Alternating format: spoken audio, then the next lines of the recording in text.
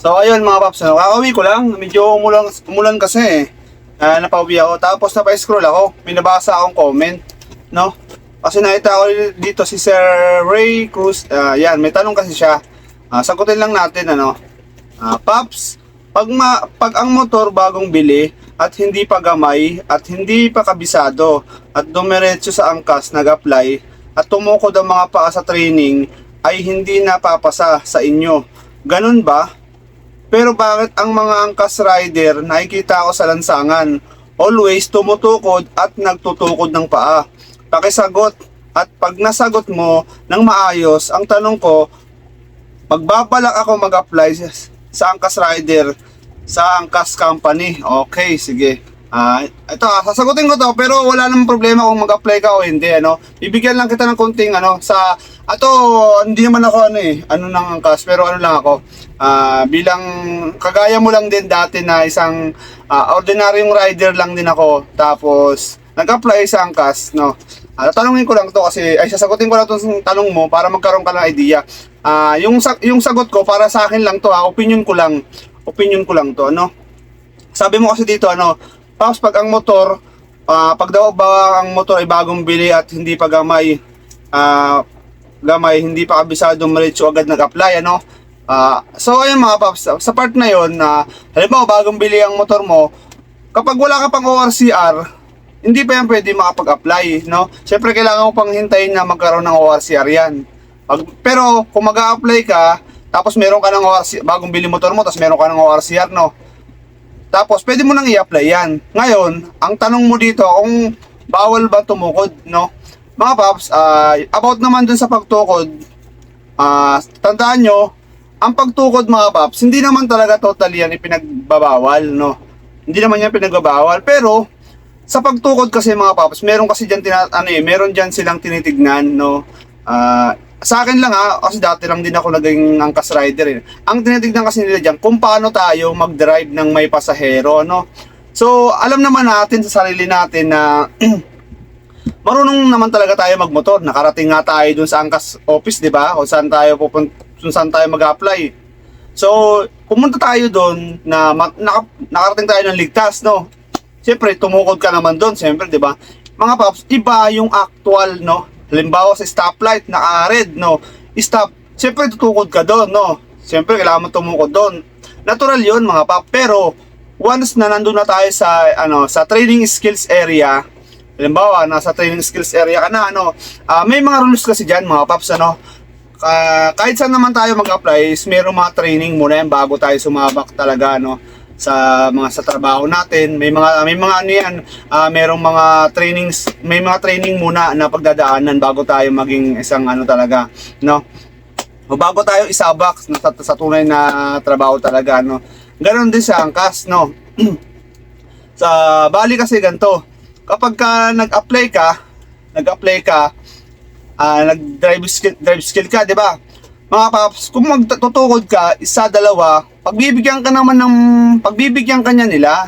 Hindi mahigpit ang ating mga mga officer kasi mababait po yung mga officer ni Angkas ngayon, promise, sabi ko sa inyo. Ako na nagsasabi sa inyo, kaya lagi ako nandun sa Angkas. Hindi nga ako pinagbabawalan Ang tutusin, pwede nga nila akong sitahin, pero hindi. Mababait po sila, yung nakakatuwa doon kasi marunong silang umintindi kasi nakikita nila yung mga ginagawa kong video dahil nagbibigay ako ng mga tutorial, kaalaman para sa mga mag-a-apply, yan, para sa mga mag-a-apply. Tapos ito, yung about naman sa tanong mo, ibabalik ko yung sagot diyan. Ito, ang pagtukod mga paps sa training skills area, hindi naman totally bawal, no? Meron lang silang diyan tinitignan. Kung panay katukod, halimbawa sa humps, no, yung ilang piraso, yung mga 5 yata yung humps, doon pa lang tumutukod-tukod ka na, tukod-tukod, tapos pagliko mo, tukod-tukod ka na naman, tapos pagdating mo sa figure of 8, kada liko mo, tukod pa. Ibig sabihin lang nun mga paps, kahit hindi natignan natin kahit hindi ka na bumase sa officer, kahit hindi ka na bumase sa officer mga paps, ano yun, hindi na ano yun, halimbawa, tayo na lang, hindi na maganda tignan kasi nga, hindi ka pa, ibig sabihin lang, hindi mo pa kabisado yung motor mo, no? Kung sakaling may pasahero ka mga paps, promise sa inyo danas na namin to, since 2016 biker pa po ako, kaya medyo marami na akong karanasan pagdating sa angkas rider, no? Sa pagdating sa kalsada, lahat ng pasahero na experience natin yan. Ngayon, sa pasahero kasi mga paps, tandaan nyo ang mga pasahero nakikiramdam yan lagi, lalo na pag medyo may edad na, nakikiramdam yan mga paps, lalo o kaya babae, nakikiramdam yan mga paps sa ano natin, sa pag nagdadrive tayo, no? Titignan nila yan kung paano tayo sumingit, tandaan nyo titignan nila yan kung paano tayo sumingit. Pag sumingit ka basta-basta mga paps, sabi ko sa inyo, ano yan, kinakabahan yan sila. Basta aware yan sila sa ginagawa natin mga driver, no? Kahit sabi mong pasahero lang yan sila, para din yan silang mga driver, kumbaga yan sila, nakabantayan sila sa atin. Kung preno, ganun ka ng preno, tapos tukod ka ng tukod, kuya, marunong ka ba kuya, ganito, ganyan. Pag nangyari sa inyo mga paps, i-report ka nun, no? Pag ganun ginagawa mo sa kalsada, no? Pero balik tayo sa sa training skills na sinasabi mo. Mga paps, pwedeng tumukod, basta wag lang madalas, no? Tumukod ka isa, dalawa, walang problema yung pagbibigyan kayo doon ng ating mga ngayon. Pero kung noon pa nga dati, kung naranasan nyo yung dati sa amin, as in totally talaga, bawal talaga tumukod dyan pag nandiyan ka sa training skills. Kasi rules nila yun Rules nila yun, kumbaga, standard nila, kumbaga, meron silang qualification na hinahanap. Kahit saan ka naman mag-apply, paps, meron naman talagang tinitignan, no? Kung ano ka ba, kung talagang compatible ka ba sa ganitong trabaho, o kung talagang para sa iyo ba yung trabaho na to, pagiging rider. Kasi kailangan dito mga paps, marunong, magaling, alerto, yung isipan mo, tawag nito, yung isipan mo talagang nakapokus, no? Yung kasi yung mga tinitingnan nila dyan, kung paano ka mamreno, o lumiko, o kaya mag-balance na may angkas, tapos kung paano mo kontrolin yung silinyador. Yun mga paps na tinitingnan nila dyan. Yung pagtukod mga paps, kung yun ang inaano nyo, mga paps, hindi ka pa ganun kahusay kapag panay ka tukod ng tukod mga paps. Tandaan, promise yan. Kasi dati talaga mga paps, ganun din ako mag-drive. Ganon din talaga ako mag-drive dati, Talagang din ako, talagang hirap na hirap din ako, mga paps, kasi kinakabahan ako Yung kaba ko dati, mga paps, talagang talagang nginig talaga yung manibela, sabi ko sa inyo, pag nagmamaniho ako ng ganon, talagang nginig talaga.